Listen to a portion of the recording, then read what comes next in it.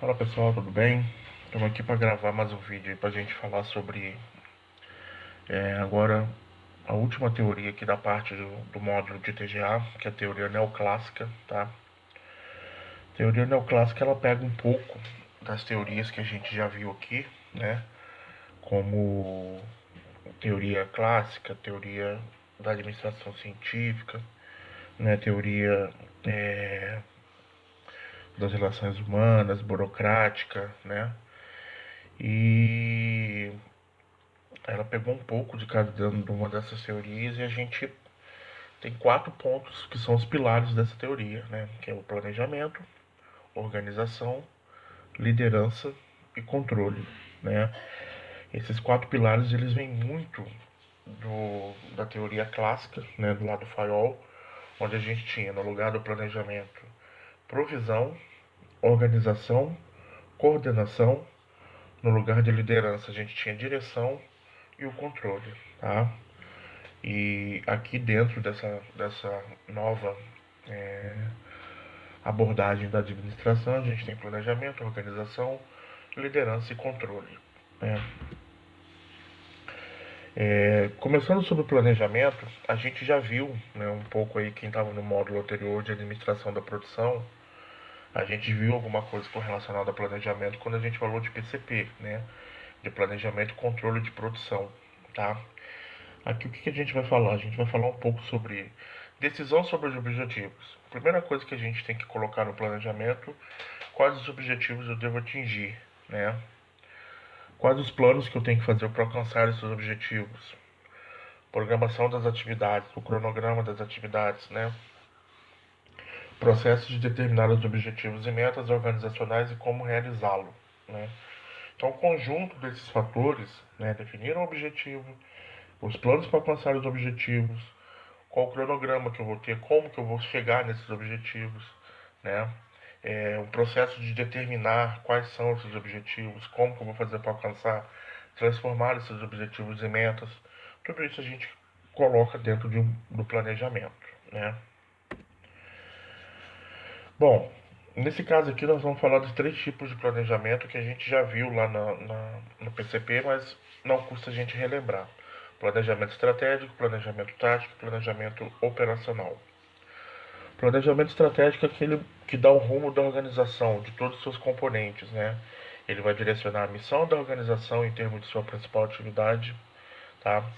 É, o resultado do planejamento estratégico inclui as diretrizes amplas e gerais para a seleção de áreas e atividades ou mercados nos quais devemos penetrar ou dos quais devemos nos retirar. Então, planejamento estratégico, a gente diz que ele está voltado para fora da empresa, né? É uma visão out que a gente chama, né? É aquilo que vai determinar o rumo que a empresa vai seguir. Mercado, cliente, estratégias, tá? Esse é o planejamento estratégico. O que vem a ser o planejamento tático? Analisa alternativas à realização da missão. Os resultados normalmente são alvos de oportunidade dentro da indústria ou do mercado. Então a gente tem, baseado no planejamento estratégico, a gente pega o planejamento tático, desmembra isso dentro da empresa e cada setor vai trabalhando, né, a sua forma com, né, as consequências e ações que a gente vai tomando de acordo com o que o mercado pede. Então, planejamento estratégico é algo maior, que ele vem descendo, chega no planejamento tático. E do planejamento tático a gente parte para o planejamento operacional, que é o planejamento do dia a dia, são as metas, né? O vendedor tem uma meta diária, a produção tem uma meta diária, né? Visitar cliente, prospectar clientes, ou várias coisas que a gente tem uma meta diária, né? Eles são do planejamento operacional, tá? Que vai contribuir lá no final para o meu planejamento estratégico, obviamente. Organização. Recursos e atividades para atingir objetivos, órgãos e cargos, né? Atribuição de autoridade e responsabilidade. Organização como função administrativa e parte integrante do processo administrativo. Nesse sentido, a organização significa o ato de organizar, estruturar e integrar os recursos dos órgãos incumbidos de sua administração e estabelecer relações entre eles e atribuições de cada um deles. Ou seja, Depois que eu faço meu planejamento, eu pego esse planejamento e eu tenho os setores que se tem dentro da empresa, né? Setor de venda, setor de finanças, setor de produção. E esses setores eles vão se organizar trabalhando em sincronia para que a gente possa atingir os objetivos estabelecidos, ok? Né? Liderança. Isso aqui é um ponto importante, tá, gente? Bom, acionar e dinamizar a empresa. O líder, hoje em dia, ele é um cara muito importante dentro da empresa, ele tem um papel fundamental e essencial, porque ele vai ser a pessoa que vai alavancar a parte operacional da empresa. E ele é uma pessoa que vai ter a visão do futuro, do que para onde que ele está nos levando, o que pode acontecer com a empresa, tá? Diz ali também, maneira pela qual o objetivo ou os objetivos devem ser alcançados através da atividade das pessoas que compõem a organização. Então, os resultados nós vamos conseguir através das pessoas, tá? Só através dela que nós vamos conseguir atingir os resultados. E eu preciso de alguém que seja capaz de motivar, liderar, conduzir essas pessoas para atingir esses resultados esperados. Bom, existem alguns estilos de liderança que a gente vai colocar aqui. Aqui não cabe afirmar qual que é o melhor, qual que é o pior, qual que é o ideal, qual que não é o ideal. Cada empresa tem as suas necessidades e cada pessoa tem seu estilo próprio de liderança.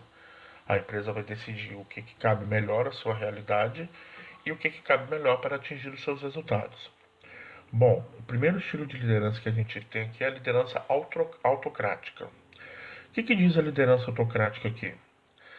O líder é focado apenas na tarefa. Esse tipo de liderança também é chamado de liderança autoritária ou diretiva. O líder toma decisões individuais, desconsiderando a opinião dos liderados. O líder determina as providências e as técnicas para a execução das tarefas de modo imprevisível para o grupo. Além da tarefa que cada um deve executar, o líder determina ainda qual seu companheiro de trabalho. O líder é dominador e pessoal nos elogios e nas críticas ao trabalho de cada membro. Bom, se a gente for olhar pelo conceito, essa liderança autocrática, hoje em dia ela não é muito bem vista dentro das empresas, tá? Ah, quer dizer então que ela não serve? Não. Em determinados momentos a gente ainda pode precisar ou deve ter ainda pessoas que se utilizam da liderança autocrática, da liderança autoritária, tá? E lá no final eu vou dar um exemplo para vocês falando melhor sobre isso aí. Liderança democrática. O que diz aqui? Chamada ainda de liderança participativa ou consultiva. Esse tipo de liderança é voltado para as pessoas e a participação dos liderados no processo decisório. Aqui as diretrizes são debatidas e decididas pelo grupo, estimulado e assistido pelo líder. Ou seja, o líder ele dá assistência, ele dá suporte, ele dá apoio. Quase todas as decisões são decididas em grupo, todo mundo tem voz ativa, todo mundo participa. Isso parece ser um modelo mais ideal de liderança dentro da empresa, tá? Mas eu volto a afirmar aqui, não existe um modelo ideal de liderança. E depois eu vou explicar o porquê. Liderança liberal ou laissez-faire, né? Laissez-faire é a contração da expressão em língua francesa, né? Que significa literalmente deixar fazer, deixar ir, deixar passar. Nesse tipo de liderança, as pessoas têm mais liberdade na execução dos seus projetos, indicando possivelmente uma equipe madura, autodirigida e que não necessita de supervisão constante. O que significa isso, pessoal? Geralmente, nesse caso aqui, são as pessoas que já têm um trabalho técnico mais definido. Então, por exemplo, você tem uma equipe técnica ali de desenvolvimento de produto, né, ou análises de situações, então você já sabe muito bem o que você tem que fazer. E aí tem um gestor ali que só vai acompanhar e dar um certo suporte naquilo ali que é necessário, tá? Mas essas pessoas são extremamente autônomas, extremamente comprometidas e sabem o que elas precisam fazer, tá? Liderança paternalista. O paternalismo é uma atrofia da liderança, onde o líder e sua equipe têm relações interpessoais similares às de pai e filho. Bom, nesse ponto aqui a gente já pode perceber que isso não é uma liderança muito recomendada, né? Pai e filho a gente tem em casa, né? No sistema profissional não pode ter muito isso. A liderança paternalista pode ser confortável para os liderados e evitar conflitos, isso é verdade. Mas não é um modelo adequado no relacionamento profissional, pois uma relação paternal o mais importante para o pai é o filho, incondicionalmente, óbvio, né? E não é isso que a gente quer na empresa. Na empresa a gente quer uma liderança onde, lógico, que o funcionário ele vai ter a preocupação com o bem-estar, com o seu trabalho, com a sua saúde, mas o mais importante é alcançar os objetivos empresariais, né? E por último aqui, pessoal, é a liderança situacional, que é essa liderança que eu gostaria de falar. Essa liderança ela consiste da relação entre estilo do líder, maturidade do liderado e situação encontrada. Não existe um estilo de liderança adequado para todas as situações, mas ocasiões de estilos diferentes de gestores. A liderança situacional mostra uma relação entre liderança, motivação e poder, e que o líder está frequentemente avaliando seus colaboradores e alternando seu estilo de liderança, sendo ela dinâmica e flexível. A liderança situacional busca utilizar modelos diferentes de atuação, conforme a situação encontrada. Esse é o melhor tipo de liderança, como ele diz aqui. Eu não vou ter um estilo único de liderança dentro da empresa. Eu vou ter situações em que eu vou ter que ser paternalista, vai ter situações que eu vou ter que ser autoritário. Na maioria das vezes eu posso ser democrático. Em algumas vezes eu posso deixar a equipe trabalhar sozinha. Então vai depender muito da situação da equipe que eu trabalho, do grau de maturidade da equipe, do líder, né? Mas o mais importante é o quê? É o líder saber identificar todo esse tipo de situação e aplicar cada característica da liderança dentro do que a situação pede, tá? Isso é o mais importante. A liderança situacional ela pode ser dividida em 4 pontos, tá? O primeiro dela é a direção. A liderança ocorre quando o colaborador necessita aprender a tarefa a ser executada, sendo o líder supervisor da tarefa até seu fim, direcionando o colaborador para elaborá-la até conquistar confiança, né? Orientação. Esse estilo de liderança ocorre quando o colaborador necessita conhecer a tarefa e conquistar um estímulo para a execução dela. O líder contribui apoiando a obtenção de novas ideias e disseminando conhecimento quando o colaborador necessita de ajuda. Apoio. O líder se encarrega de estimular o colaborador para adquirir segurança e buscar o aprendizado, aumentando suas habilidades e conhecimento, dando mais respaldo para o colaborador executar suas tarefas. O líder presta apoio, porém supervisiona pouco. E o último estilo aqui, delegação, ela ocorre quando os colaboradores possuem maior autonomia e liberdade, tendo conhecimento e segurança com as tarefas.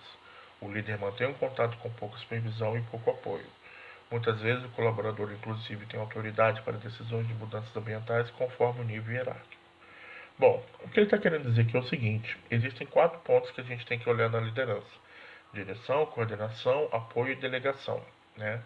E ele vai do ponto onde o funcionário, o colaborador, tem muito conhecimento do trabalho ao ponto que ele tem pouco conhecimento. Na extremidade onde ele tem pouco conhecimento, o líder ele tem que dirigir aquela ação, ou seja, ele tem que participar, ensinar, ajudar. E conforme o colaborador vai ganhando conhecimento e confiança, o papel do líder vai diminuindo, né? Então ele vai de direção para apoio, de apoio para de direção para coordenação, de coordenação para apoio, de apoio para delegação. Ou seja, onde ele deixa todo ou quase toda a tarefa na mão do seu colaborador. Beleza? Eu vou encerrar o vídeo por aqui e no próximo vídeo a gente finaliza falando sobre controle. Beleza, pessoal?